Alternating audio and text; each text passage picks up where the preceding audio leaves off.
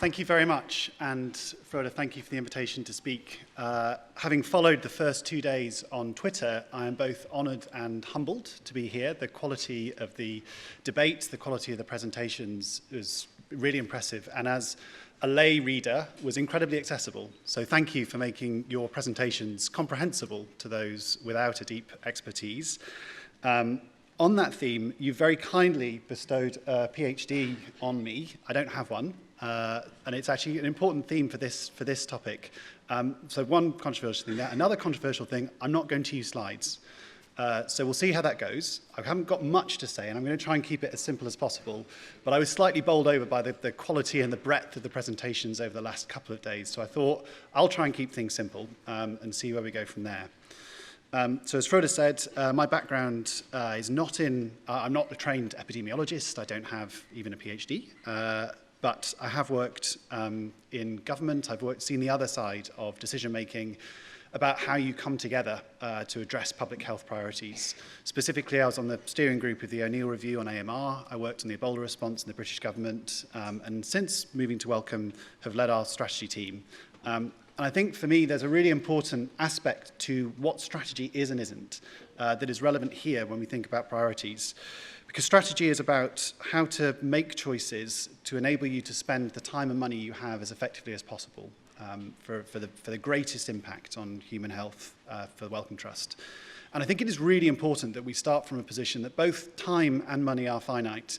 And my observation from Wellcome is that academia is a fabulous place. Sometimes time is viewed as an infinite commodity, and I think it's really important that we all see it as finite, and so we're thinking about how we're building partnerships, how we're setting those priorities and aligning behind them, and deploying our time very carefully to do that. I think the other thing that is really important, it's quite obvious, but it's really important to start the day with, is a sense when we think about priority setting, is a sense of shared purpose. We all have very different backgrounds and starting points and countries of origin and so on. We have a shared purpose.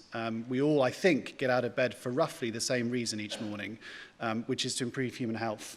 And I think when you think about priority setting, you must, and for Wellcome we try and do this, make sure that you're anchoring yourself on the health impact that you're trying to make and the accountability you should have as an individual and as an organisation for us as Wellcome to the whole of society for that health impact. I think it is relatively uncontroversial, but I think it's important when you start to think about priority setting. And what I'd like to talk about today is, I think for me, 4 ways that priority setting is only possible if done in close partnership and in between and through close partnership. So rather than listing a set of specific priorities, but I will discuss a few, I'd like to talk about how we set priorities and what is public health priority setting for us like, and how and why is partnership really critical to that, particularly as we think about our strategy in the future. The first sort of partnership for me is across and within disciplines of science and research. So as a funder, again, it will be patently obvious, but we have a really big choice in how we calibrate the money and the time that we spend between discovery, curiosity-driven science that is at the heart of what we do and will always be at the heart of what we do, where, frankly, you don't want to have too much prioritization. You want to give as much space and serendipity as possible for new ideas and innovations to come through, recognizing that science has an amazing ability, and this is from my perspective slightly from the outside of science, an amazing ability to question its own paradigms and to come up with new ideas and to have that orthogonal approach to discovery where you'll set out to find something, but you'll actually find something else that will transform a different field. And that we know in Wellcome, if we lose that sense of giving space and flexibility to the scientists and the researchers that we're funding and supporting, we will not get those new ideas and we won't change a paradigm. We will only work within incrementally improving performance and paradigms. So firstly, on priority setting, the first point I'd like to make is that sometimes you don't set too specific priorities and you might focus your energy on the input. So how do you get the best people and the best teams? And in doing that, how do you think in a diverse and inclusive way about where those teams might come from? And don't just assume that the same people who did the work last time are the right people to do the work next time. And how do you bring in new people to the scientific enterprise? So that first point about discovery in science, research and curiosity research. But if you just do that, then we feel as Wellcome Trust, you will not make the impact you're going to make as a foundation, because you will leave, and we've seen this, we've done this, you will leave pieces of research on the shelf. And you will lose opportunities to pull those pieces through, to translate. I know we've been talking about this a lot over the last few days, to pull those ideas through and to really ensure that they do make impact, and then put the pieces of implementation research around it to understand how they work in a setting. So that sort of challenge, translational side as well is really important in terms of the modes and the way that you think. And that comes then to the importance of having priorities and saying that, you know, as Wellcome, we would like to build movements around specific health challenges, antimicrobial resistance, vaccines and vaccine hesitancy, epidemics and epidemic response being some but not all. But we know that if we try and build too many of those, we'll get lost and our partners will get lost. So you've got to pick a small number. So I think then, you know, I'll talk about that in a second too. So across and within disciplines, that includes social sciences.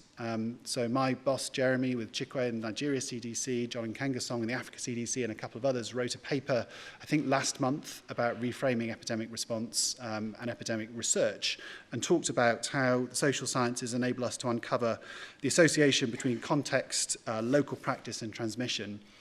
We funded and we continue to fund work from everything from underlying cultural norms and acceptance, hesitancy, and how they might relate to institutional trust, to, for instance, specific ethical issues, research in pregnancy, particularly arising from the Zika response a couple of years ago.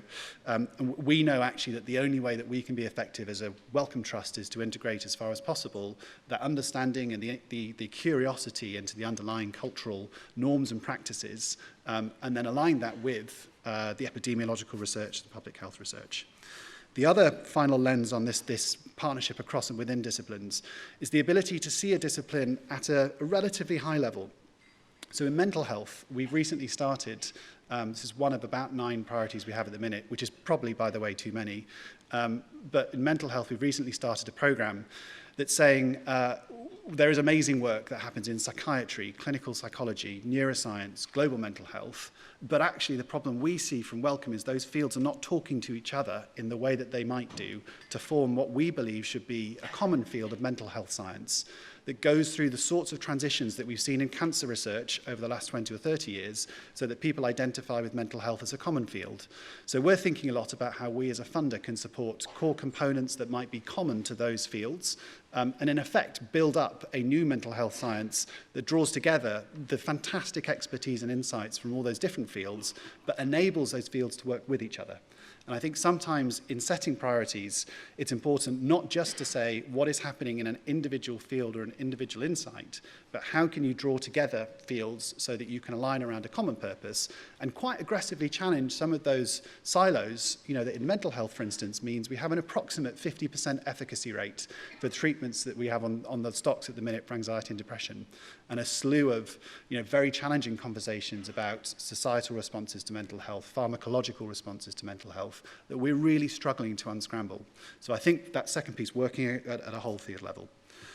The second area of partnership, I think, for me and for us, is between science and society. Much of this will be very familiar, and I sort of both do and don't apologise for that. We've found in the UK particularly, we supported a lot of work around mitochondrial donation and building a consensus both in society and in the sort of public policy sphere that enabled us to build support for a new technology. That will continue to be a massive part of what we all do as a scientific community, and we know that if we lose the trust of regulators, normative bodies, parliaments and the public around the world, that will frustrate scientific progress. And sometimes we need to be really clear about the guardrails that we would put around the work that we do to reassure the public and reassure policymakers that we know the context in which we're working and we're going to be responsible about the work that we do.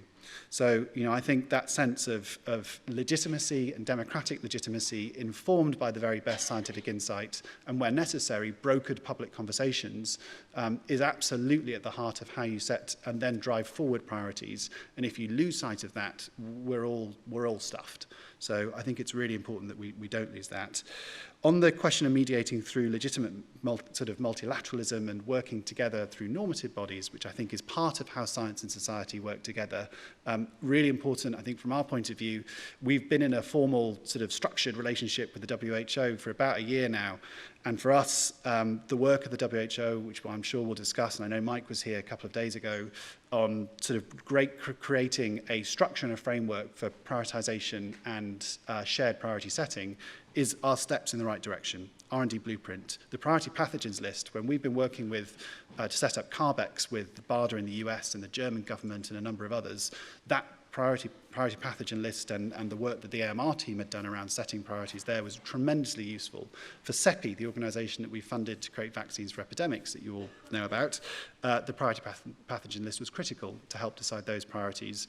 And the normative and democratically legitimate role that WHO have in doing that is a critical part of the science and society partnership in terms of how you set those priorities.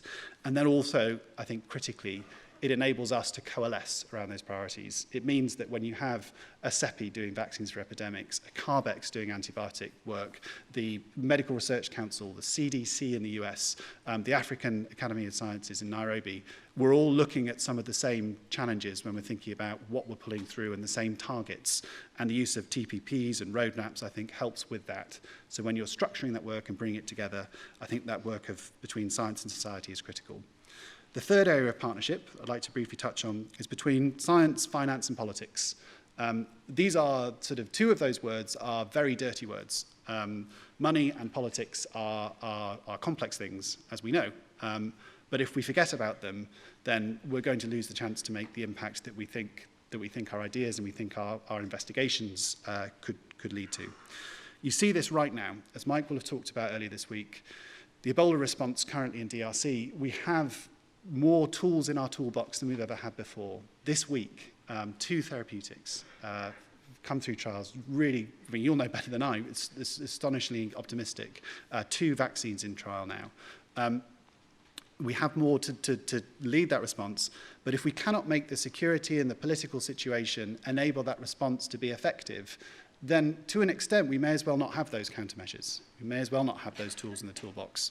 And we've seen in the DRC that difference of if you cannot create the underlying security conditions and you cannot create a stable conditions for public health to work in, then you cannot make politics work with public health, then people will suffer and you will not make the impact through science and through research that you could on human health. So I think for me that science and political interface, it's incredibly difficult and touches on very complicated issues, including corruption, including captured interest, and issues that I hope we debate more as we go.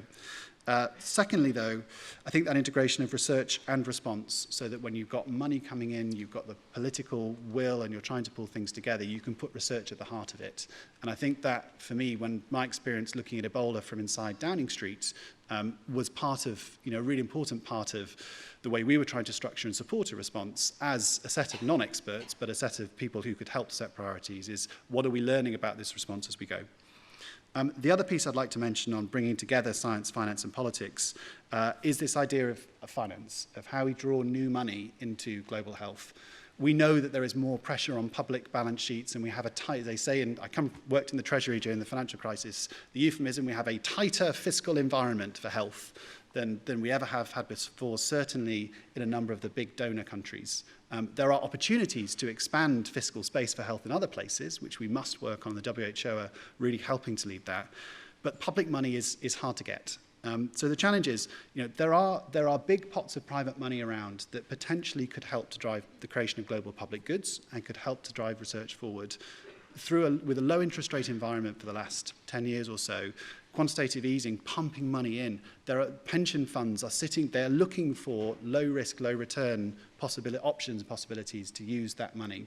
When you think about developing new vaccines, developing new drugs, you need serious money to do a phase 3 trial in anything.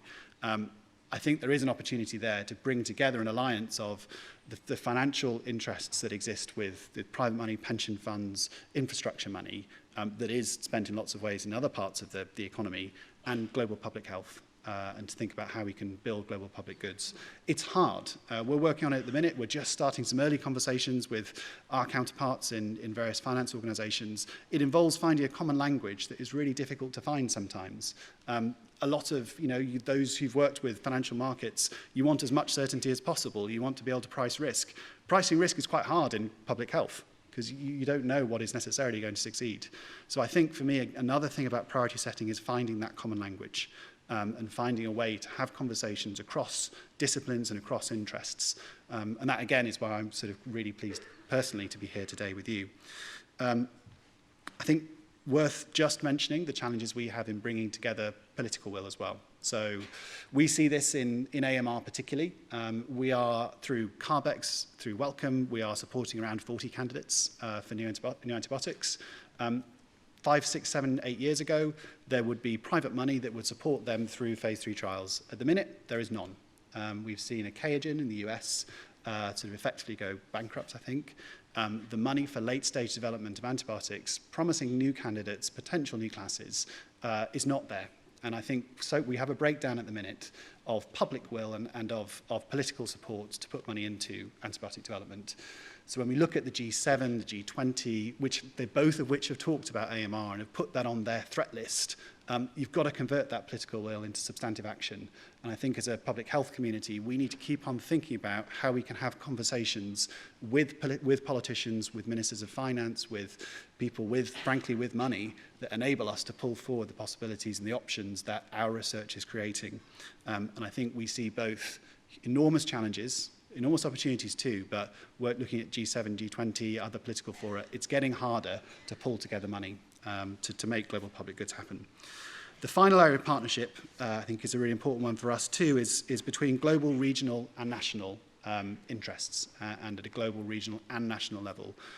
In the future, we want as Wellcome to move to a world where priority setting happens less and less in Seattle, London and to a degree Geneva, and is closer to where that disease burden is felt. We want to shift the centre of gravity for research priority setting. To do that, a couple of things we've been trying to do over time. In Delhi, working with the Department for Biotechnology. In India, we've built up an organisation called the India Alliance. What I find fascinating about that over the last 10 years, it started with a fairly asymmetric relationship where Wellcome, I think, was, and I'm probably going to get this number wrong, about a 70-30. So we put in 70% and the Indian government put in 30% to support excellent basic scientific research in India to help solve health challenges. Over time, the Indian government share of that has gone up and up and up as they have been happier and happier with the results of that alliance. And that means that as a result of 10 years of investment, as a proportion, the Indian government is funding more and more of excellent basic scientific research in India through this partnership. And in time, that will create the sustainability and will create the ownership of that research. That I think is really, really important if we're going to build increasing capacity and scientific research ecosystems that really deliver in the places that they need to deliver. Similarly, in Nairobi, we've been supporting the African Academy of Sciences and AISA, which over the last 5 years or so has been drawing together a number of schemes, I think about £160 million or dollars, I get it wrong, worth of research going through there. And again, decisions are made in Nairobi to the same scientific standards as we would be applying in Wellcome, but they're not made in Wellcome. And I think for us, again, that initial shift to say those decisions must happen in place, must be taken in partnership, and through doing that, you set a priority that is more relevant to that place than if you guessed from 2,000 miles away. And then if you do that right, over time, you will build the investment of domestic partners and domestic governments around those countries, and you will build capacity over a long period of time. But I think that idea of building on the India Alliance to shift investment and to shift that sustainable investment for the priorities that countries set themselves, I think is critical. And we've also been working with the WHO and other UN counterparts on what we call the SDG 3. So the SDG 3 targets on health, we're not going to meet them at this rate. We need to accelerate progress. And one key aspect for us is shifting decision-making to country level. It is happening. Leadership, we are seeing that partnership happening more. I think the leadership of Chikwe and the Nigeria CDC in the recent Lassa outbreak last year, where the Nigeria CDC owned the action plan and put that together in partnership with others. I'm sure many of you were involved in that. I think for us was a good starting point for those sorts of thoughts. going to finish in a second, and I hope I haven't had too many bullet points. 2 short thoughts to finish. I think as a funder and as a research funder, when thinking about priorities, it is a matter for us of having those small number of issues that we want to bring people together around. But I think also being open to moments, being open to when something happens that you didn't expect, and being able to respond to that so as to generate impact against that human health trajectory is critical. We saw a TB vaccine candidate come through, funded by GSK. Not sure what's going to happen next about that, but that potentially changes the game for TB vaccine development. There are other possibilities too, but I think as a funder, if you close yourself off to those moments and only think about priorities that you've set 10 years ago, I think you'll miss a trick. The second is just on priority setting. The reason that I haven't necessarily gone into great depth about individual priorities is that for me, the way that you set priorities and the act of setting priorities are themselves valuable to concentrate on and to think about. I think one thing for us as Wellcome, you should listen, you should deliberate, but also you should try and make choices. And you should try and be clear that when you're trying to bring others around you into partnership, you should be clear about what you want to do. And for us, as I say, epidemics, mental health, AMR, those sorts of things, we've been trying to do that for. And I think that thing about making choices, again, the other reflection, looking inwards on the research sector, we are not always the best at making choices about how to spend our time and how to galvanize each other and come together. So I'm going to finish there, but I hope that sense, those areas of partnership and the possibilities for both how we set priorities, but also how we set those priorities that might make the greatest impact possible on the whole trajectory of human health, which is what we all get out of bed for in the morning, how we can do that together and how we might do that in the future. So thank you very much for your time.